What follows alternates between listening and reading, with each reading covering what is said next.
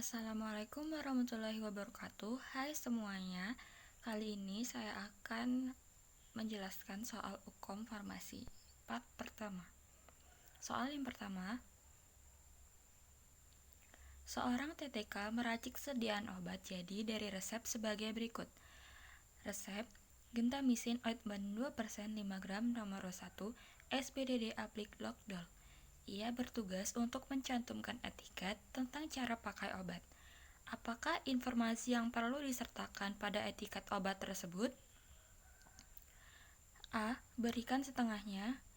B. Oleskan pada bagian yang sakit. C. Tidak untuk ditelan. D. Pemakaian diketahui. Atau E. Hanya untuk pemakaian luar. Jawabannya adalah B. Oleskan pada bagian yang sakit. Pembahasannya, SPDD aplik Lockdoll yaitu singkatan dari Signa bis Didier Applicandum Locus Dolens, yang artinya tandai 2x1 dipakai di tempat yang terasa sakit. Soal nomor 2. Pasien TB diresepkan OAT yang di dalamnya mengandung isoniazid.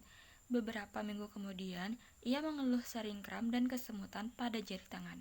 Apakah obat yang digunakan untuk mengatasi efek tersebut? A. Thiamin. B. Niacin. C. Tocopherol. D. Pyridoxine atau C. Cyanocobalamin. Jawabannya adalah D. Pyridoxine. Pembahasannya, pyridoxine atau vitamin B6 dibutuhkan dalam pembentukan mielin. Mielin adalah selubung pelindung sel syaraf yang dapat mempercepat pengiriman sinyal. Jika mielin rusak, penghantaran sinyal akan terhambat dan sel saraf dapat mengalami kerusakan. Kerusakan sel saraf akibat kekurangan vitamin B6 dapat ditandai dengan kebas, kram, kesemutan, dan gangguan keseimbangan. Soal nomor 3. Sebagai tenaga kesehatan yang memahami aturan hukum terkait distribusi obat psikotropika, narkotika, dan prekursor, TTK perlu mewaspadai pembelian obat bebas terbatas yang mengandung prekursor narkotika. Salah satu prekursor tersebut terkandung dalam obat bebas terbatas dan berfungsi sebagai dekongestan pada obat flu. Apakah nama kandungan obat tersebut? A. Oxymetazoline. B. Kodein. C. Pseudoephedrine. D. Dexamethasone atau E. Noscapine. Jawabannya adalah C. Pseudoephedrine. Pembahasannya, pseudoephedrine merupakan golongan obat dekongestan yang bekerja dengan cara meredakan pembengkakan pembuluh darah dalam hidung, sehingga saluran napas lebih terbuka dan napas lebih lega. Soal nomor 4. Seorang apoteker meminta TTK menyiapkan surat pesanan untuk sediaan obat petidin dan morfin injeksi, tablet kodein, asam mefenamat, dan natrium diklofenak. TTK harus menyiapkan surat pesanan sesuai dengan ketentuan perundang-undangan. Berapakah surat pesanan yang perlu dibuat? A1, B2, C3, D4 atau E5? Jawabannya adalah D4. Pembahasannya, petidin termasuk golongan narkotika, morfin injeksi tergolong narkotika, tablet kodein termasuk golongan narkotika, asam mefenamat termasuk golongan obat keras, natrium diklofenak termasuk golongan obat keras. Surat pesanan narkotika untuk satu obat hanya boleh satu surat pesanan. Jadi, ada 3 surat pesanan. Surat pesanan obat keras, satu surat pesanan, boleh lebih dari satu obat. Jadi, satu surat pesanan. Jadi, jumlahnya ada 4 surat pesanan. Soal yang kelima, seorang pasien datang ke apotek menebus kopi resep berisi antidiabetes oral. Saat penyerahan obat, ia bercerita pada TTK tentang seringnya ia flatulensi secara rutin minum obat tersebut. Apakah jenis ADO yang dimaksud? A. Glibenclamid. B. Metformin. C. Pioglitazone. D. Acarbose atau E. Dapagliflozin. Jawabannya adalah D. Acarbose. Pembahasannya, Flatulensi adalah keluarnya gas dari tubuh manusia melalui dubur atau pantat. Efek samping dari akar bose adalah perut kembung, sering buang angin atau flatulensi, nyeri lambung, diare, mual, dan muntah. Soal nomor 6. Seorang pasien diabetes mendapat resep insulin apart untuk digunakan sebagai kombinasi ado. Di rumah, ia meletakkan insulin berbentuk pen tersebut di meja agar ingat menggunakannya sebelum makan.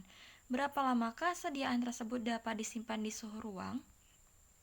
A. 14 hari, B. 28 hari, C. 48 hari, D. 60 hari, atau E. 90 hari. Jawabannya adalah B. 28 hari. Pembahasannya, insulin yang belum dibuka harus disimpan di dalam lemari pendingin dengan temperatur antara 2 hingga 8 derajat Celcius. Selama kemasan belum dibuka, maka insulin tersebut dapat bertahan hingga masa kadaluarsanya berakhir. Pastikan insulin tidak disimpan hingga membeku atau di tempat terlalu panas atau lebih dari 38 derajat Celcius, seperti ditinggal di dalam mobil pada cuaca yang terik.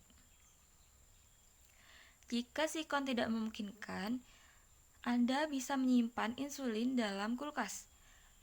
Maka, insulin yang belum dibuka dapat disimpan pada suhu ruang, namun hanya dapat digunakan hingga 28 hari. Sedangkan insulin yang sudah dibuka dapat disimpan pada suhu ruangan dengan batas waktu hingga 28 hari. Insulin yang sudah dibuka tidak direkomendasikan untuk disimpan di dalam kulkas.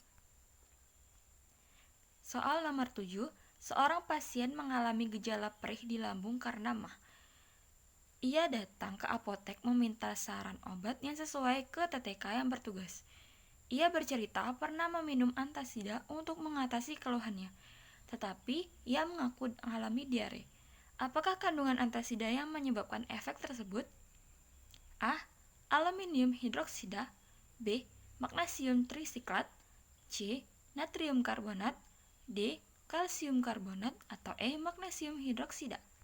Jawabannya adalah E. Magnesium hidroksida. Pembahasannya, magnesium hidroksida adalah obat yang digunakan untuk mengatasi sembelit atau kondisi lain yang disebabkan oleh peningkatnya asam lambung, seperti sakit MAH. Obat ini tersedia dalam bentuk tablet dan sirup. Efek samping yang dapat dialami pasien selama menggunakan magnesium hidroksida adalah diare. Soal nomor 8. Seorang pasien parubaya yang didiagnosis TB mengeluhkan gangguan pendengaran setelah sepekan menjalani terapi antituberkulosis OAT.